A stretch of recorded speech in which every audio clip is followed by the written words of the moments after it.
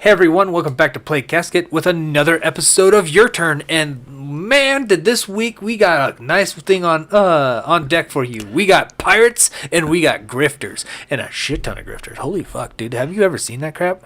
Yeah, it's only March. 2024 is freaking insane.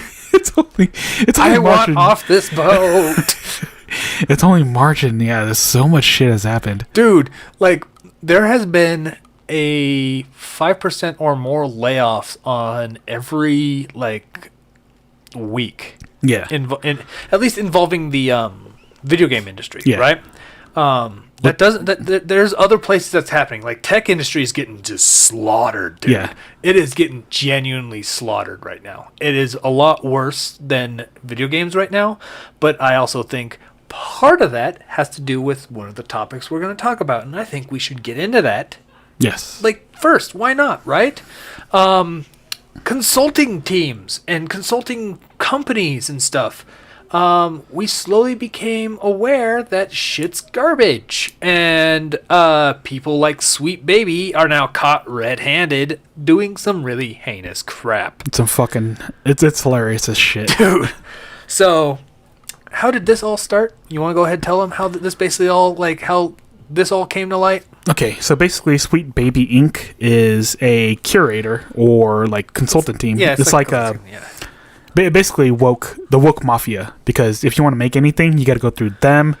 They'll approve it, and then it comes out, and you don't get any hit pieces against your game for some weird reason. But if you don't consult them, yeah, it's like bullies. Maybe tomorrow I just won't punch you, but make sure you give me money and thank me for not punching you. Yeah, so that's what they basically do. And so we've also noticed that any game that they touch is poison or dead. Because just look at what's that one game? Forspoken.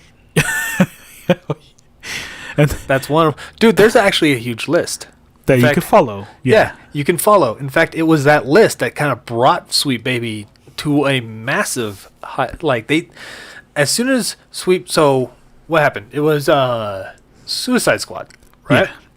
They had some of their writers that apparently mentioned twice, and they're like, "Oh yeah, we're so awesome, we're mentioned twice," and all that. And so people are like, your company's garbage, but it didn't really go much of anywhere because people were already just shrugging it off that Suicide Squad was just garbage anyway, right? Yeah. Lo and behold, somebody makes a curated net list or something like that. Yeah. And on a Steam community page. Sweet Baby Inc. detector. Yeah. Yeah. Basically he just takes literally the list from Sweet Baby Inc.'s own website and adds it to video games and makes it just a list of video games. He doesn't tell you to promote it or anything else. He just literally says, this is what it is. And this is what they touched. This is what they touched, right? And his name is Cabrutus, if you want to follow him on Steam. Much props to you, you Brazilian son of a bitch. Because of this, apparently Sweet Baby's employees and CEOs and all sorts of crap just blew up. And they started having harassment campaigns to be anti-harassment. Apparently that helps. By harassing him. Yeah. Well, they could have just left it go. But man, the poison and vitriol and hatred for this guy for making a list of what they already do. I think what happened was because he made a list, it brought that to their attention. And I think fundamentally these consulting firms, and I don't think Sweet Baby's the only one doing this. I think a lot of these other consulting firms, because I did a Google search, there's easily 20 others that are like that in a facility that's very familiar and close to Sweet Baby. So there's probably others out there, but I'll say the good news later on after this. But I think consulting firms don't care if the consumers see them as villains. So if they trash them on Twitter, don't care, I paid for premium, so I get paid for my engagements, whatever. So that was fine. It wasn't until somebody made a list, which would then become public, which was something they didn't want the people that paid their company to see. Because if somebody like Square or Sony or anyone else that Sweet Baby's involved with goes, wait, you were involved in XYZ many games, they're going to have somebody else look those games up, look up the overall reception of it, look up all the sales, and look up how people view their games right now. And then they go, every single one of these is lower than 40 points on the consumer market. Yet you were telling me that with your mock reviews and consulting firm and stuff like that, you were telling me that this is the way we're supposed to go. And you lied to us. That, I think, is why they're very upset with that list. Is that makes it a consolidated version of that list on Steam, where it is intrinsically tied to reviews. You can just click on every one of those video games and just see how horrible they really are. Yeah, so they're trying so hard to... That's the problem. They're trying so hard to get rid of the list, which is funny because now it's at 3 times its size now. So before they did it, like I think it was like 10,000. It was not even like 10,000. It was like 900 something. Oh, okay. And then one of the employees went on some tirade. Then it blew up like 4 times overnight. And then another one went over on a huge tirade, and it blew up even more. It was Streisand effect in full force. Like they were trying to stomp out something that was just getting worse for them. If they literally kept quiet, it would have been like maybe a couple thousand people ever. Yeah. Right. And then of course, if anybody else challenged them, like, well, why don't you look at the list? Nobody's ever going to believe them. Like, oh, whatever, But the fact that they literally even had one of their founders just champion out, like literally doxed the crap out of him. I want to make sure his account's deleted and all of his games taken away. Like they were trying to punish this dude, and he didn't do any, like even on Steam's own terms of service, he literally just said, these are the games that Sweet Baby's connected to. That's it. And left it at. He did say he's not playing any of them on Twitter, but that doesn't account for Steam. You can't punish somebody for something else. Okay. You can't. Fundamentally, that would be a legal situation that I don't think even Valve wants to touch, right? But everyone else, like it's an agreed upon system. It's literally a system that we should just avoid this crap. Yeah. Period. Right. But he doesn't say that in a Steam thing, so that he can't really get grounds defeated. It's like saying, oh, my game's not really an RPG. This person needs to be banned because he added it to his RPG list. That's basically the argument they're trying to make. Well, even then though too, it's like, why are you guys so scared? Yeah, it's just a list of your works, right? Shouldn't you be proud? They literally have that list. The list he got is from their site. And that goes back to what I said. I think the reason why they fear that list is because it's literally intrinsically connected to the game's actual pages. So those companies can literally look up his page, click on every single one of those, and look at the game's review scores. Oh, yeah. And I remember Saints Row. Yeah. Saints Row, yeah. That lovely tutorial of just fucks and shits for like, 80% of that woman's dialect for that first part of the game. Like, that is terrible. Think about it. That had to be deliberately chosen, right? Yeah. That means that consultant was like, you want to know what really was really awesome? Because when I used to drive, this is how I used to talk. Like it's in a way you could say the consultants are trying to put self-inserts too. Yeah. Honestly, like think about it. Like because it's all consulting firms too. Period. Just in general, right? Are egotistical and narcissistic. The people who get hired on these type of businesses aren't there to pass knowledge down. They deliberately and purposely think that they know better than you as a whole company. They know every aspect of your company and what they should be doing. They're the type of people that go, well, if we just ban fire, nobody will get burned. We're in the Arctic. Like it's stuff like that. Like if they're the ones that are like, well, if we just make murder illegal, nobody would murder. Like that's their argument. That is literally the type of people that get hired on consulting firms. Yeah. And consulting firms is literally you pay them to do the market research, and they could just fluff it up with whatever group text and group think that they already have. Fudge the numbers, yeah. And fudge the numbers and like make mock reviews that gloat about the ideas that they just added. Like, oh, if you want my advice, you should add people with pink hair and be super woke and just hate white women deliberately. oh, and then they add it, and they're like, oh, look at this mock review. It says it's perfect and makes them feel wonderful. Ain't that great, guys? Like, even though that review is fake, you know, it's stuff like that. It's snake oil, right? And I think we should talk about that, like in consulting firms, and in a much deeper thing later on. Oh, like there's an iceberg on this son of a bitch. What I want to know is what they were told to do, which is going to be like the really crazy part. So like, we just have the surface level stuff. Yeah, I'm curious to see what the studios got to. What we're told directly. Yeah, and on what to do. That makes me really curious. Or if it was recorded, what they tried to imply by saying certain things. Yeah. You know, like, oh, you have a character that's a strong male white person. That would suck if somebody saw that and just thought that this game's just probably not even worth investing in.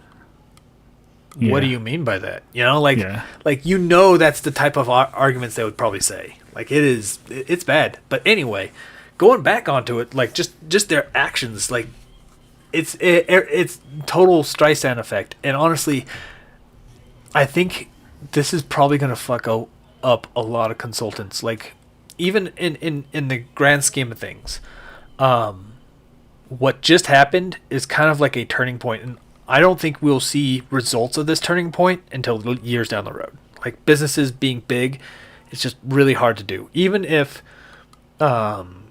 Square banned out all of investments in consulting, we will probably not see a very solid game like that for another 4 years or so. Yeah, because there's going to be some games out there that are probably still that was influenced by these consultants. Yeah, they're probably still 2 years. They still need to finish out their contracts. Yeah, basically. Well, not only that they're probably even like 4 years in development and they still got 2 years out.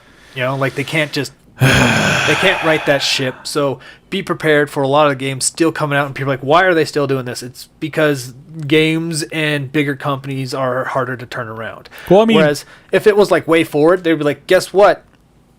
We're just gonna make the next game good. Yeah. You know, like that's literally. I mean, to be fair, if you look on anything on that list, nothing's good to play anyways. Dude, none of it is. I'm a huge Mortal Kombat fan, and I already when we talked about Mortal Kombat 11, I aired my concerns about the game looking just genuinely ugly. And I'm not talking about like just the women and all that. Like there's design philosophies I can understand where they're coming from. But even then, the way those design philosophies look were still ugly. Yeah. The males were ugly. Everything looked like punched mud. Like, it's just gross to look at, right? Yeah. And honestly, I feel like part of it is like with Mortal Kombat 1 coming out, and Sweet Baby being connected to it, there might have been another consulting firm that they did with 11. I'm not even going to lie. Like, Mortal Kombat 10 was like their heavy metal, like the last bit of heavy metal phase, and I think that was kind of like their identity. Mm-hmm. And then 11 started veering away from it again. I'm like, what the hell is going on here? You know, like what is going on here? Like this feels off. This feels like they have to write it somehow. Like they have to go that direction. Why are they going down that direction? What is being told to them that they have to write it that direction? Yeah. But there wasn't any proof. You know what I mean? That there was something that just seemed off. And I couldn't really put my thumb on it, but I just carried on. The game was okay. 11 was okay. 10 was probably still, I would say, okay. I back it up. 9 was probably pinnacle Mortal Kombat. 10 was pretty good, but it was like, I don't know. I don't know what was going on with 11. And then 1 was just horrible. I don't know what the hell was going on. I don't know why. Like, I almost feel like Megan Fox being in it was like one of those, we got a hot babe in it, and she's voicing this. See, we're still cool with the cool crowd. Like, it literally just seemed like that. Yeah. Like, I was like, and they just had her, like, I feel like they paid only for one time for her to say all of her lines once, and they're like, that's good, Megan, and then just left. Yeah. And that was it. Like, not, could you try it again? And she gets charged more per line or whatever, yeah. You know? Like, they're like, nope, just say all these things, you're done, cool, you know? Really screwed up Natara. That sucks. We told you so. Yeah. And honestly, like, them fighting and them throwing this fit, almost every other consulting firm is probably on the line now. If somebody else comes up and they start being really crappy with their game, they're going to be like, let's look at that consulting firm first. Like, they're going to immediately go to that first now because of Sweet Baby. Yeah. And they're all basically put on notice by that. That's fucking hilarious. Good. And we were right. We were right again. But at least we were telling her, like, this doesn't feel like a internal CEO overall decision. Like, people keep liking to blame everyone, right? Speaking of which, Nintendo segue. People are blaming Nintendo for being the bad guy for suing Yuzu, the emulator company. Or is it a company? I don't know. It's a company? I think Yuzu is the program. Okay. Yeah. Yuzu is a program. Okay. So the people behind Yuzu are getting sued by Nintendo on the leverage of facilitating piracy. Your opinions on that at first? Well, the thing about Nintendo is that they're very... What is it? They don't touch game preservation, if that makes sense. So it's like... They don't like piracy, but they don't go after preservation. Because Sony has lost that battle like years ago. So it's been set.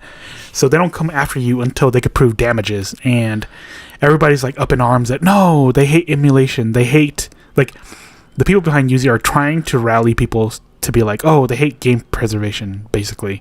Like, no, they're trying... I feel like that's like a character assassination.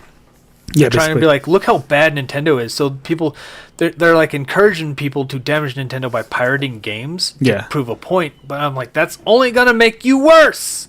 Plus, like, Nintendo doesn't come after you unless they can prove damages, and especially if like, hey, we told you to knock it off, and you're still like. Well, I think in this case, from what I've looked at, right. The problem is that they lost a lot of damages, or at least in their claim. Right? They lost a lot of damage on Tears of the Kingdom. Wow, words are hard for that me right now.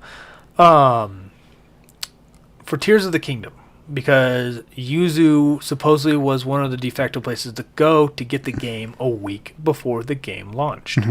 So technically, that right there would be facilitating some kind of hack, leak, or essentially piracy. Yeah. Because you shouldn't be able to play the game because you're not emulating it because you don't have it. Right? Yeah. That being said, Nintendo obviously took their due diligence to research this whole thing, right? So they're just waiting for an opening to kind of be like, look, there's a lot of shit going down here that there's punitive damages that need to be paid out. Yeah. Right? With Yuzu being very vague about their operations in general, it was really hard to pin them down until they made a Patreon. Yeah. And I think the Patreon is what fundamentally opened the door for Nintendo to go after them for the Tears of the Kingdom leak hack, for them saying that they facilitated piracy, which is something that they could probably prove on that. And using a hacked system, which then goes against the DMCA agreements. Basically, any company, they are still responsible for that console. Meaning that you technically shouldn't be able to mod that console, because that if they allowed you to, technically, right? And something like somebody uses, for instance, a PlayStation to hack a bank, then it would fall onto Sony. Yeah. Why did you allow such a thing to happen? Why did you allow your console to be able to do that?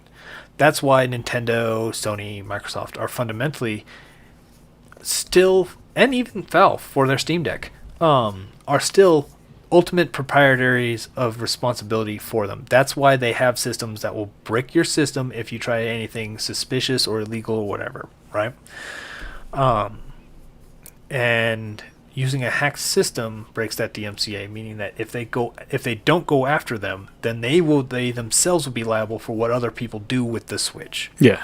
So they still have to go after them, even though they would love to, because they did some punitive damages that they could probably show with Tears of the Kingdom, even though Tears of the Kingdom sold $1 billion, and I know there's a lot of piracy. It's like, leave the $1 billion company alone. No, this type of rules and laws protects Nintendo as much as it would protect like Drinkbox Studios, an indie game, way forward. Like, these laws, if these are not enforced at the upper levels, this will be abused on the lower levels.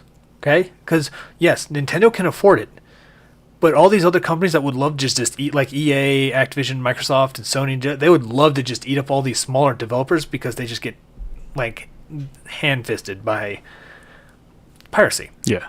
So there's that. But I think they were waiting for an opportunity to say, yes, there's proven punitive damages that they can pay because they can make money off of it.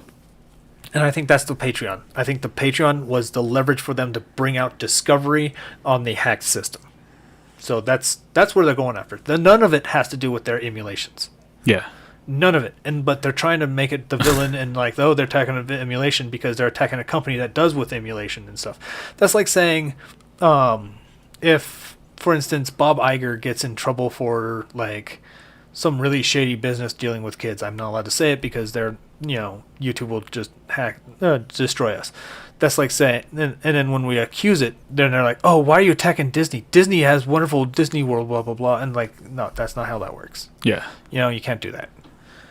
I do think a lot of pirates do use Yuzu to pirate games, so they're genuinely more upset because that makes things harder for them, which is good, but also harder for emulation, which is, it sucks, but at the same time, it's very clear cut about what emulation needs to be. Yeah. So, that being said, any opinions? Any opinions or thoughts on that? Because I had to go down a rabbit hole with this thing, so I had to make things clear. I know, like it's weird and stuff, and I get that I'm always usually talking. I mean, I like game preservation too, because a lot of times it's like either the company is just long gone and no one wants to touch the IP. Well, and on top of that, there's also games that are like licenses. Yeah. Like the Batman Forever license and stuff. Mm-hmm. WB doesn't care about that license. They don't want you touching it anymore because it won't benefit them. Yeah. They're like, why would we want a Batman Forever video game of the Super Nintendo? We can't even sell the Blu-ray right now. Yeah. There's no point for them. So of course they won't touch it, which sucks because there's some licensed games that are actually good. And there's others that are like programmed like absolute garbage. So trying to port them to modern consoles, it just gets cross-eyed. But yeah, just be more skeptical about certain things that come into the news, I guess. Because a lot of times people are just like, oh, they're evil. They don't want. That knee-jerk reaction is probably the dumbest thing. Like, I even was talking to people, and people were like, oh, well, I'm going to just, because Nintendo's just messing, I'm just going to pirate the games. I'm like, you were going to do that anyway. Yeah. Let's be real here. You were already going to do it. And what sucks is, like, I, as a person, I think piracy in of itself is, like, a dark gray area. Because I know fundamentally, that's the only way you can get some of these old games. And it is. There's lost media because that's saved by piracy, right? But I also think there's a lot of people who use it because they just fundamentally can't be bothered to invest in capitalism. They're like, ugh, I shouldn't be. Games are much more complicated than that. That's why I'm taking them for free. Like it's stuff like that. It's garbage. They're just trying to justify their hate, basically. It always is. It's just same thing with like petty thieves, right? Petty thieves will steal stuff because that's too much money. I'll never be able to afford it, but I need it. But then it goes down to a price where like, it's only that much. It's not like me stealing it is gonna hurt them. Yeah. There's never a median where they're like, this is a perfect price and I will pay for it. It will never be. Yeah. There will never be. It's always either too expensive or it's so cheap that they shouldn't bother. Like it's never anything else. So you want sequels, right? Like, holy shit. Yeah. Like how is Nintendo gonna know that their game's popular if everyone that played it, they can't even, like, they don't have numbers on it. Yeah. Oh, you should make a new Good Job game. Why? We only sold 15. Oh, I know thousands of people who played it. But we only sold 15. Yeah. There's stuff like that. That's another problem. And I think that's why a lot of like late versions of Wii games and late versions of DS games sold so poorly because everyone just had cracked DSs and Wiis and they were just taking the game. Yeah. So that sucks. But I do think, from what I'm understanding of the situation, I think Nintendo has a pretty decent case. Okay. From my understanding, like I'm not even really that much of a legal person, but I'm thinking like where how they're coming at it is unprecedented. So they're able to set a basically a precedent for it. So it's going to be interesting. Honestly, I think Nintendo might win on this one if they can prove that it was a hack. If it was a hacked Switch, it's done for Yuzu on that. I don't think it'll kill Yuzu, but they'll probably like suck out so much money that development for Yuzu will probably halt. You know what I mean? Yeah. So there's that. But sweet baby, yikes, dude! That is the worst way to go, bro. It is poison. Don't touch poison. Gatekeep your hobbies. You've been warned. You've been warned and encouraged. But I want to say, I'm going to wrap that up. So I want to say, you guys, thank you guys all for listening. And if you like our content, feel free to like, subscribe, and share. And as always, we will see you on the other side. Hey everyone, this is Paraka. And Ghost. I would like to say thank you for listening to our podcast. If you like our content, give us a thumbs up. Subscribe and share our video with your friends. You can also follow and support us on other social media such as Minds and Rumble. Links in the description below.